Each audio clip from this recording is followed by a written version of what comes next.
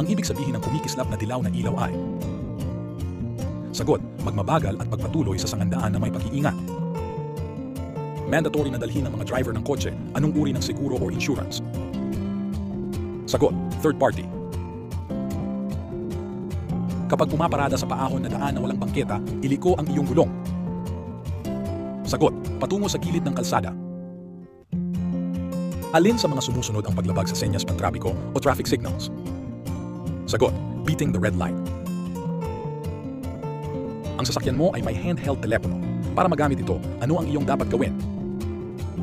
Sagot, huminto muna sa ito gamitin. Aling senyas trapiko ang nangangahulugang bawal pumasok? Sagot, B. Ang mga traffic sign, traffic signal, mga babala at pavement marking ay para sa? Sagot, lahat ng gumagamit ng kalsada. Kailan pwedeng gamitin ang unang lane, pinakakaliwa, ng 3-lane expressway? Sagot, kapag nag-o-overtake. Ano ang dapat mong gawin kung sinadyang tinawid ng kasalubong na sasakyan ang gitnang daanan o lane upang lumusot o mag-overtake sa isa pang sasakyan?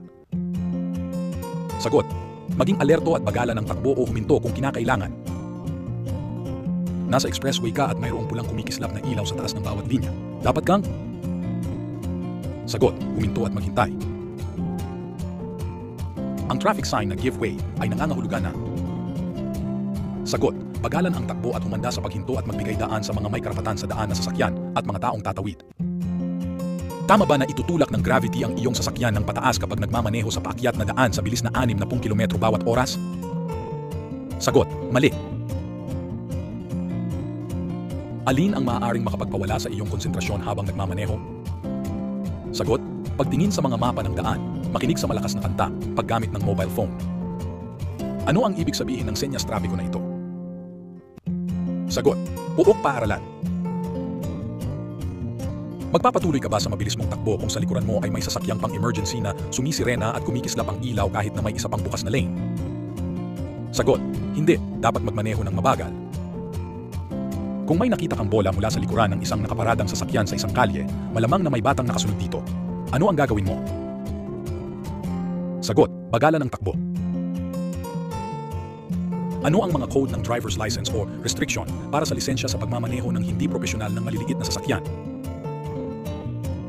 Sagot, 1, 2, 4, 6, A, A1, B, B1, B2, BE.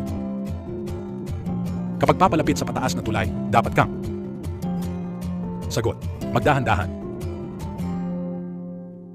Sa aling lugar ka hindi dapat mag-overtake nang walang malinaw na nakikita kahit man lamang sa 200 talampakan sa unahan? Sagot, bago ang kurbada. Ano ang mga epekto ng alak o droga? Sagot, walang gaanong kontrol, kawalan ng kumpiyansa, at hindi pagsaalang-alang sa bilis ng pagmamaneho. Ang pinakamabisang gawin sa isang sasakyang tumututok ay? Sagot, bagalan ang takbo at hayaan siyang lumampas. Habang lumilipat ng lane, kailangan mong sumenyas, suriin o tingnan ang iyong rear view at side mirror, at? Sagot, tingnan ang paparating ng mga sasakyan. Ang speedometer ay para sa bilis, samantalang ang odometer ay para sa? Sagot, layo ng nilakbay. Ano ang ibig sabihin ng mga senyas trapiko na ito? Sagot, daanan o riles ng tren. Alin sa mga sumusunod na sasakyan ang maaaring gumamit ng kumikislap na asul na ilaw? Sagot, patrol ng pulisya. Ano ang gagawin mo kapag nagreseta ang iyong doktor ng gamot na maaaring makaapekto sa iyong pagmamaneho? Sagot, huwag magmaneho. Bago lumiko, kailangan mo bang paraanin ang mga taong naglalakad? Sagot, oo, dapat paraanin ng driver ang mga taong naglalakad. Sa automatic na clutch, gamitin ang kambyo na park kapag ipaparada ang iyong sasakyan na nakaharap sa palusong na daan. Anong kambyo ang dapat mong gamitin sa manual na clutch? Sagot, iwanan ang sasakyan na naka-reverse. Ang mga driver na higit na mabagal sa iba ay dapat nasa? Sagot, daanan o lane sa gawing labas. Kapag nasa kalsada, kailan mo pwedeng iwanang nakabukas ang makina ng iyong sasakyan? Sagot, hindi maaari kahit sa anumang sitwasyon. Babala ang signal na ito para sa panganib sa unahan. Sagot, umiindap na pulang ilaw. Kapag ang motorista ay nag-flash ng kanilang headlight sa iyo, ang ibig sabihin nito? Sagot, na binabalaan kanila ng kanilang presensya.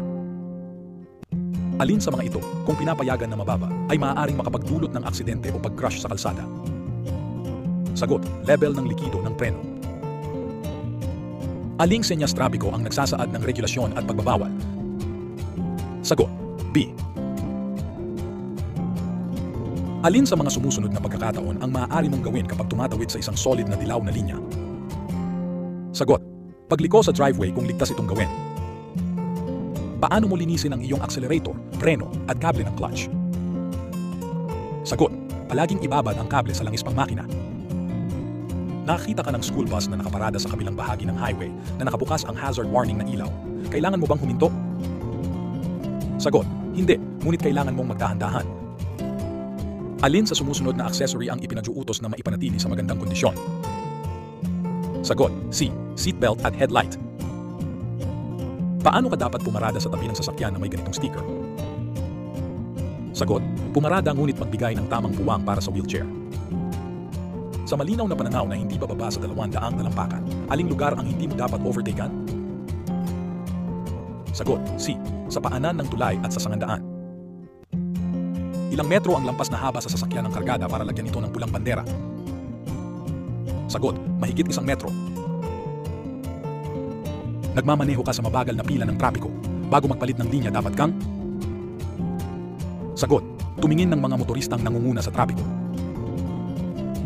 Alin sa mga sumusunod ang nakalarawan? Sagot, madulas ang kalsada.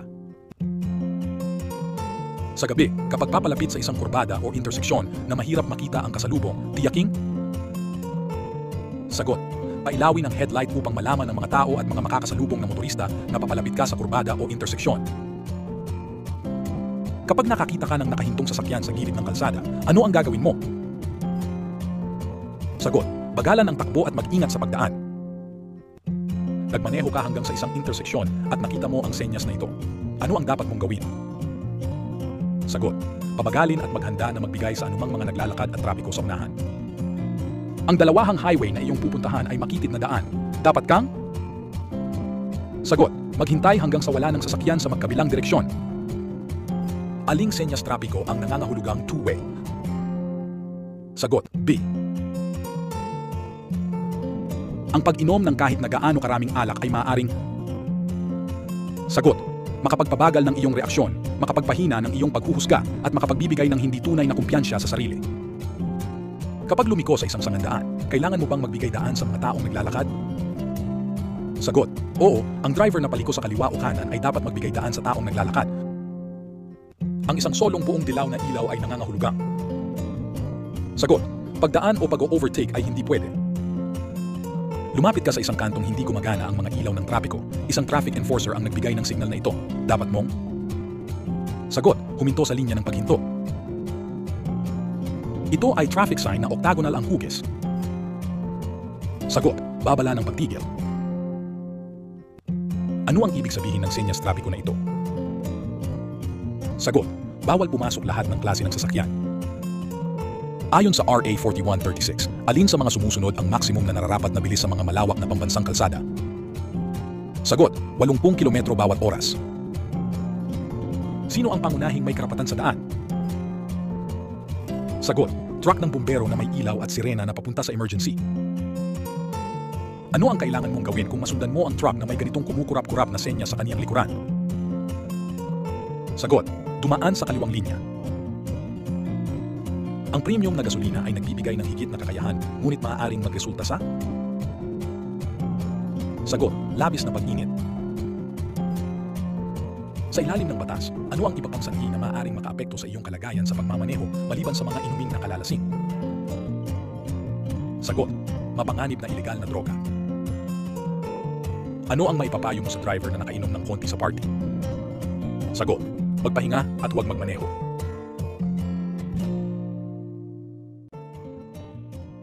Anong kulay ng bandera ang kailangang ilagay para ipakita ang kargada na lumampas sa sasakyan? Sagot, pula. Alin sa mga sumusunod ang nakalarawan?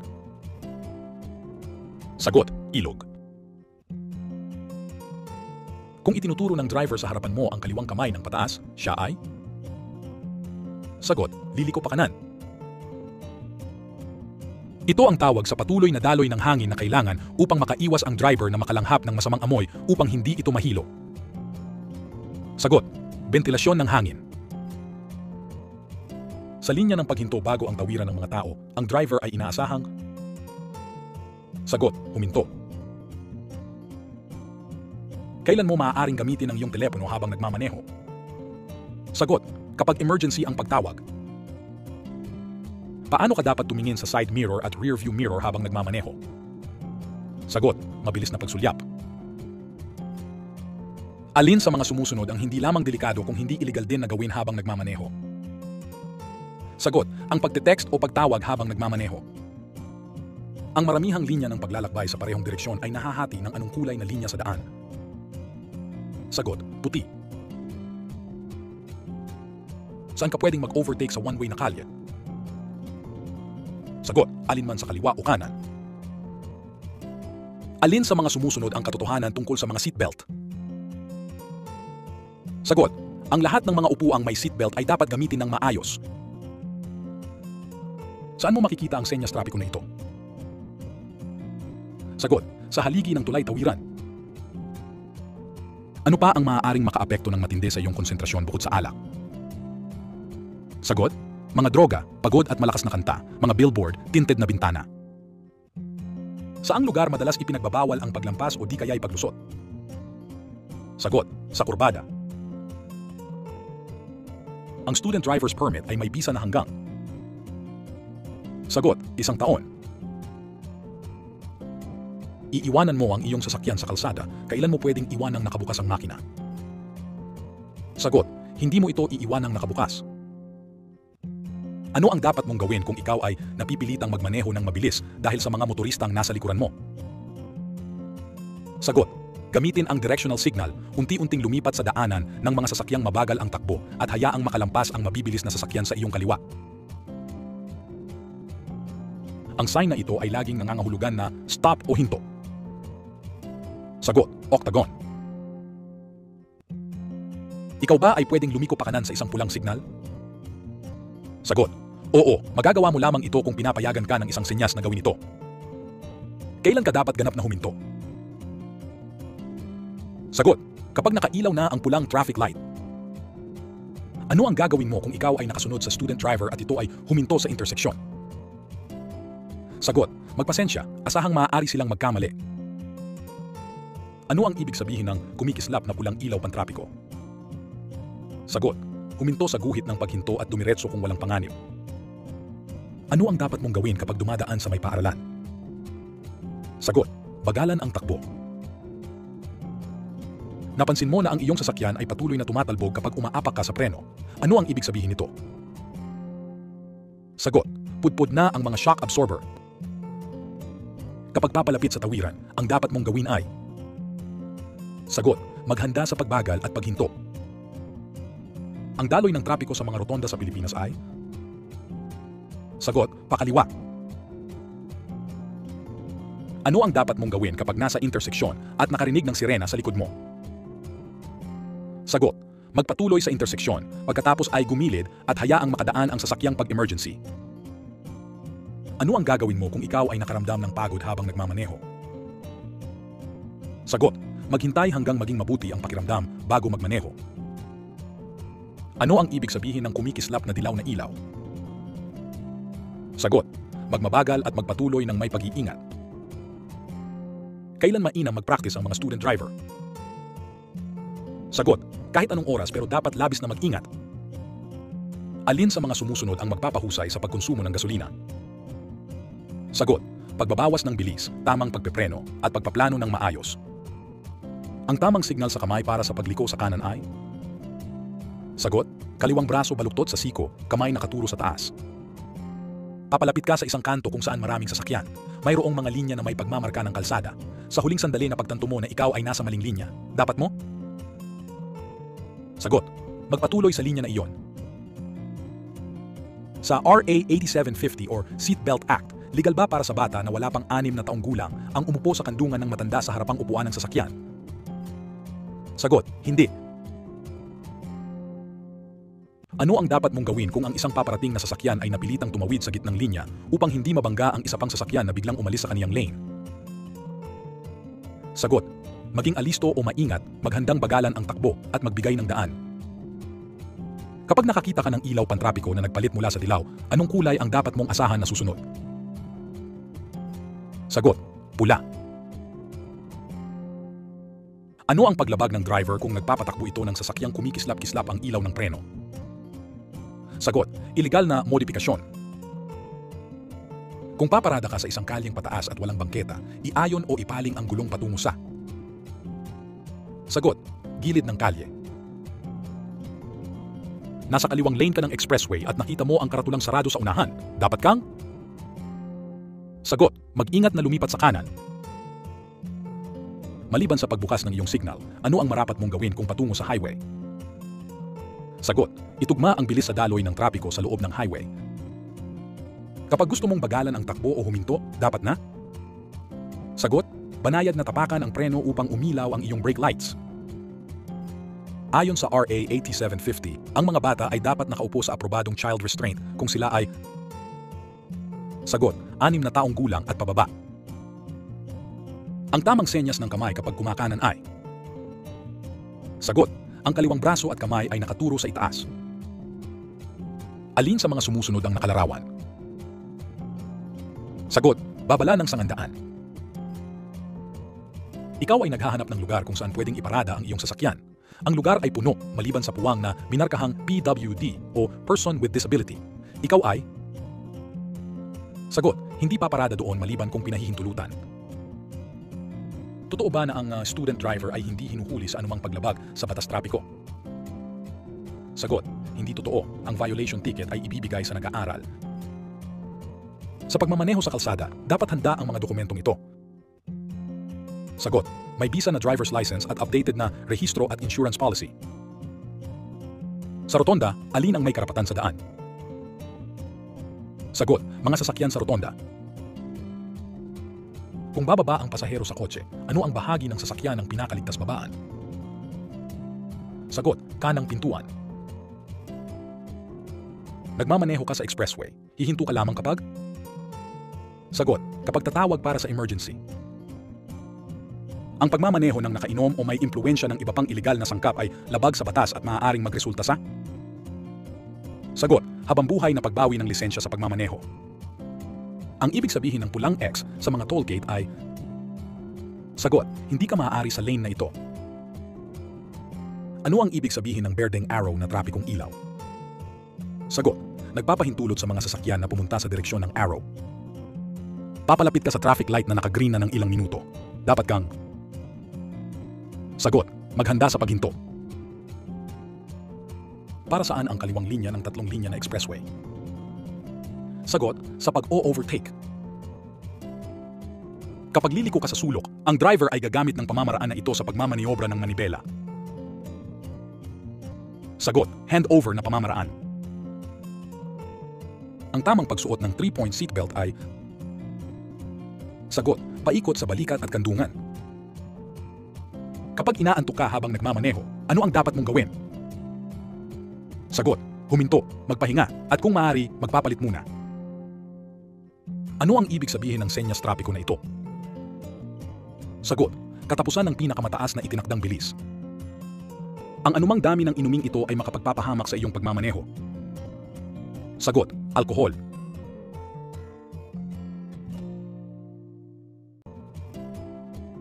Ano ang kulay ng marka sa kalsada na naghihiwalay sa isang highway na may maraming lane? Sagot, puti. Ano ang magiging resulta kapag pinalitan ng hindi angkop na ilaw o bumbilya ang headlight? Sagot, nakagagambala ito sa mga motoristang nanggagaling sa kabilang direksyon at ito ay labag sa batas trapiko. Sa pagmamaneho, ang pinakamahalagang pandama na kailangan ng driver ay Sagot, paningin. Alin sa mga sumusunod ang nakalarawan? Sagot, baku-bakong kalsada. Kapag sumunod sa isa pang kotse, itinuturing na isang ligtas na patakaran na magpanatili ng distansyang layo na hindi bababa sa Sagot, espasyo para sa isang kotse. Nasa expressway ka at paparating sa toll gate. Mayroong kumikislap na pulang ilaw sa itaas ng bawat lane. Dapat kang... Sagot, huminto at maghintay. Ang lahat ng mga nagmamaneho ay nararapat magbigay ng right of way sa... Sagot, mga sasakyang pangkagipitan. Ang mga parking brake ay maaaring gamitin sa... Sagot, pagparada. Ang ibig sabihin ng hindi gumagalaw na pulang Xs ay... Sagot, hindi ka maaaring magmaneho sa daang ito. Kailan mo maaaring gamitin ang mga hazard warning na ilaw habang nagmamaneho? Sagot, sa highway upang magbigay ng babala na may panganib sa unahan. Ano ang pinakamabuting alituntuning pangkaligtasan habang ikaw ay nagmamaneho? Sagot, huwag ipilit ang karapatan sa daan. Sino ang may karapatan sa daan sa dalawang sasakyang nanggagaling sa magkaibang direksyon sa makipot at paakyat na daan? Sagot, ang sasakyang paakyat. Maaari ka bang kumanan kapag pula ang nakailaw? Sagot, oo, pwede kung may karatulang nagpapahintulot sa iyo na gawin ito. Ang karatula ay maaaring nagsasabing, turn right with care on red signal after a full stop. Ano ang tamang panuntunan bago pumasok ang sasakyan sa publikong kalsada mula sa garahe, eskinita o pribadong daan? Sagot, dapat huminto at magbigay ng daan sa mga sasakyan sa kalsada at sa mga naglalakad. Kapag may isa pang linya na bukas o pwedeng daanan, ayos lang ba na magpatuloy sa normal na bilis kapag may sasakyang pang emergency? Sagot, hindi. Hindi ka sigurado kung ang iyong gamot sa ubo ay may epekto sa iyo. Ano ang dapat mong gawin? Sagot, tanungin ang iyong doktor at suriin ang level ng gamot. Ano ang dapat mong gawin kapag ang iyong preno ay nabasa at humina? Sagot, apakan ang preno ng maraming beses. Aling senyas trapiko ang nagsasaad ng regulasyon at pagbabawal?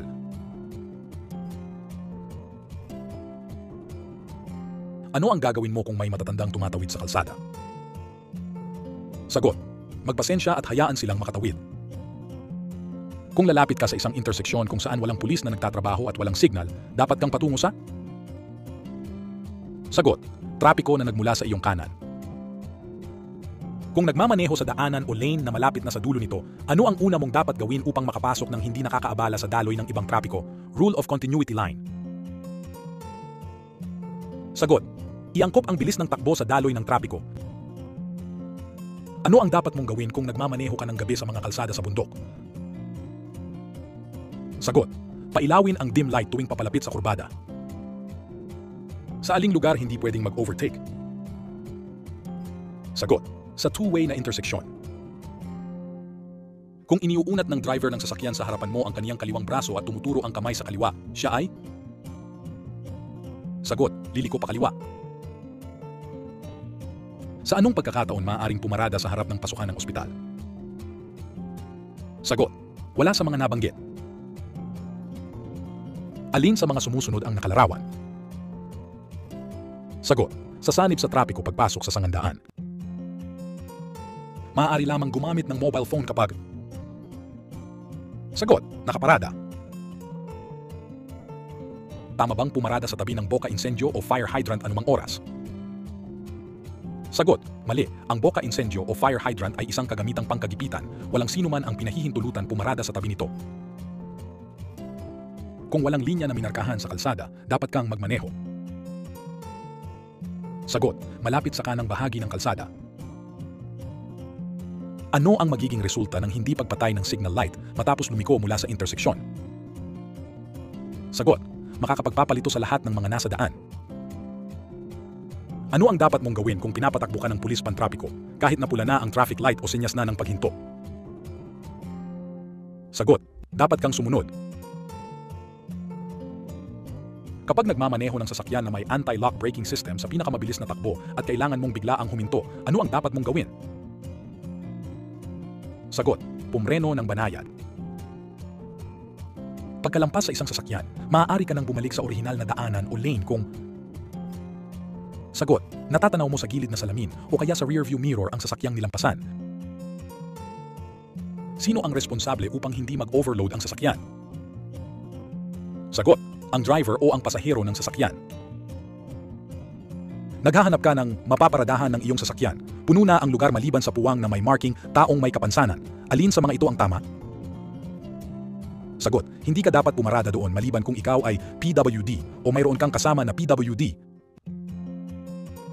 Pagkaraang mabigyan ng student driver's permit, ano ang pangunahing isasaalang-alang sa pag-aaral at pagpapatakbo ng sasakyang demotor? Sagot, kailangang magsanay sa pagmamaneho ang nag-aaral at dapat may kasamang lisensyadong driver na may DL code na angkop sa uri ng sasakyang demotor na imamaneho. Kapag nakarating ka sa interseksyon na walang traffic enforcer at walang mga traffic signal, dapat kang magbigay daan sa sagot, trapiko o mga sasakyan na nagmula sa iyong kanan.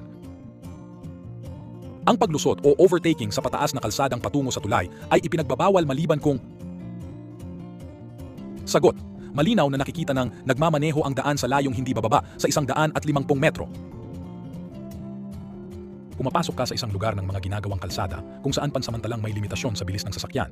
Ikaw ay dapat sagot, sundin ang limitasyon ng bilis tulad ng nasa batas.